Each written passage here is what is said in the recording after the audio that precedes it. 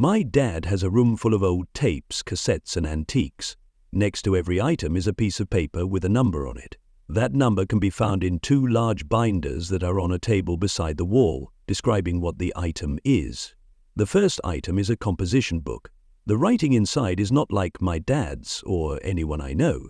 It is a summary of what happened to someone one night while they were in a park tower. This is what the book says.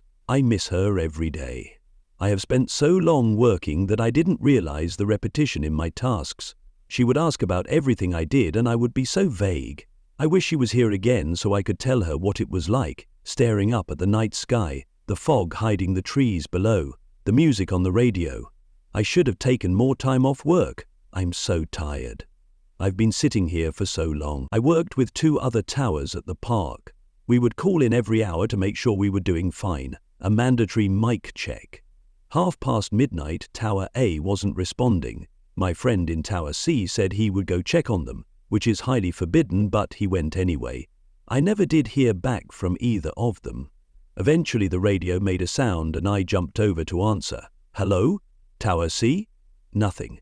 Tower A, this is Tower B. Respond. A slow, wheezing voice that dragged its words, like an old man who heavily drank and smoked his whole life, replied, Connie. Repeat. Hello. Who are you? A deceiver, like them. Them okay, you can stop fucking with me now. You got me. They will responded. I was going to say something else, but then I heard it. The scream of my late spouse, out in the woods below, far off, possibly from Tower A. I ran through the door that led to the tower balcony, a place to look down for any hikers or other park rangers. Before I had even grabbed the railing, a voice came through the radio, her voice. I'm lost, Aaron. Help me. I turned and walked back to the radio. I sat at my chair, angry. Like this was all a prank. This isn't funny. Tower A, is this you? I say with some irritation and worry. I think I am trapped here. My soul, how we used to walk these trails together, Aaron. You never were the spiritual type. I sat there in a stunned silence. I felt the tears gather in my eyes. I didn't have to ask for proof, it was her. She gave it herself. She never spoke to anyone besides me about being spiritual. She felt embarrassed by it. Where are you? I say into the microphone. I am in a tower like yours, but it's empty.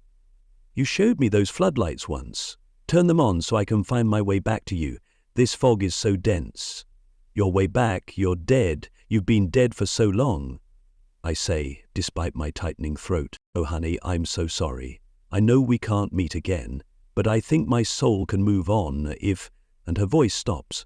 I shout into the microphone, hello, hello, before the old man's voice returns. What are you doing, E? Who is this? Put my wife back on. Your wife is not here, E. Then who is that? Who are you? A deceiver, like... I shut off the radio and walked back out onto the balcony. I had never shut the door and hadn't noticed the cold air leaking in until just now. I turned on the floodlights. I went back to the radio and turned it back on to hear her voice mid-sentence saying, It!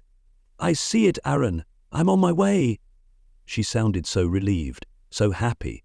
Before I could answer, the old man's voice returned once again. You are a fool, I shouted in angered denial. That's my wife. I know it. You know nothing, Aaron. You will die here. Every word he spoke sounded like it hurt him physically. But I heard no grunts of pain. Give me a straight answer then. Who are you? How is my wife here? Old daddy. We are old, daddy. Your wife is dead. Dead, daddy. They lie to you. Who lies? If that isn't her, why does it sound like her? She was missing. Them found her. Them? Them. We. All of us. Ate her screaming. I was about to turn off the radio before her voice came back through. I see the lights, Aaron. I'm so close. Without responding, I turned off the radio and walked back towards the balcony to see if I could locate her. The voice came back through. Do not open that door! I spoke to myself as I slowly turned to face the radio. I turned that off. It does not matter. From the other side of the room, I could now see something even worse. The radio was not plugged in. It never had been. The confusion had gone on long enough. I didn't need a rational answer. I needed to be ready. Why are you helping me? I chose to. That's not my wife, is it? Not hurt your wifey? My wife is dead.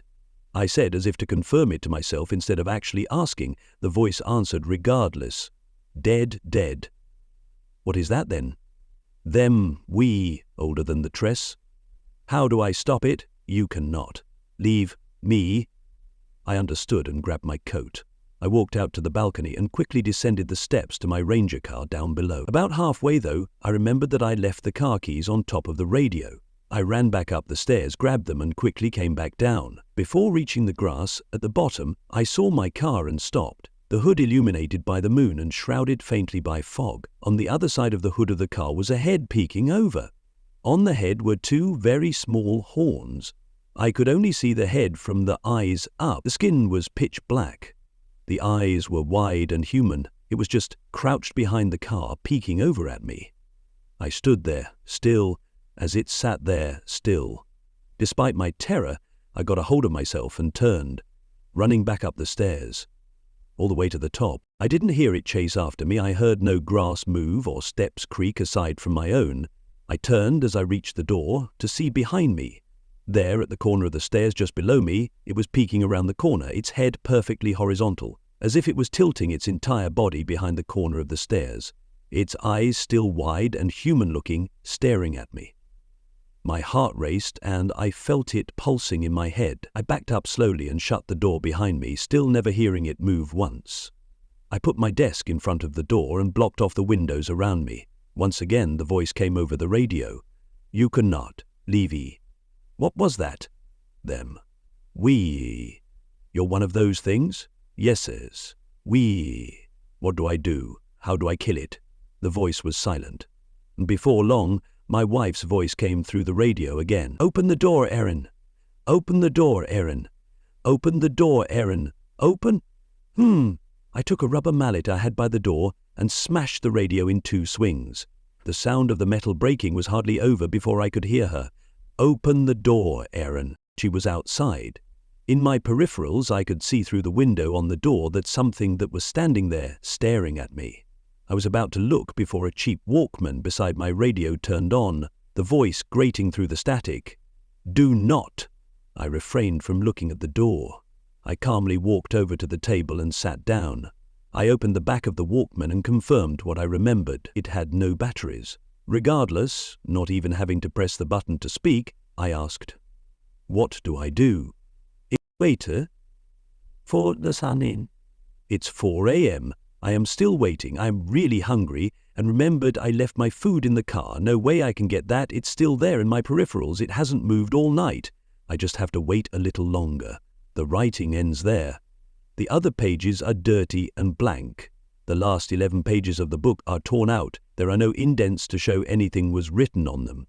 This is the first thing in a room full of items that my dad owns. I do not know where these came from or how he got them. I am not supposed to be in here to begin with, so there's no chance I can ask him. I wish it was longer.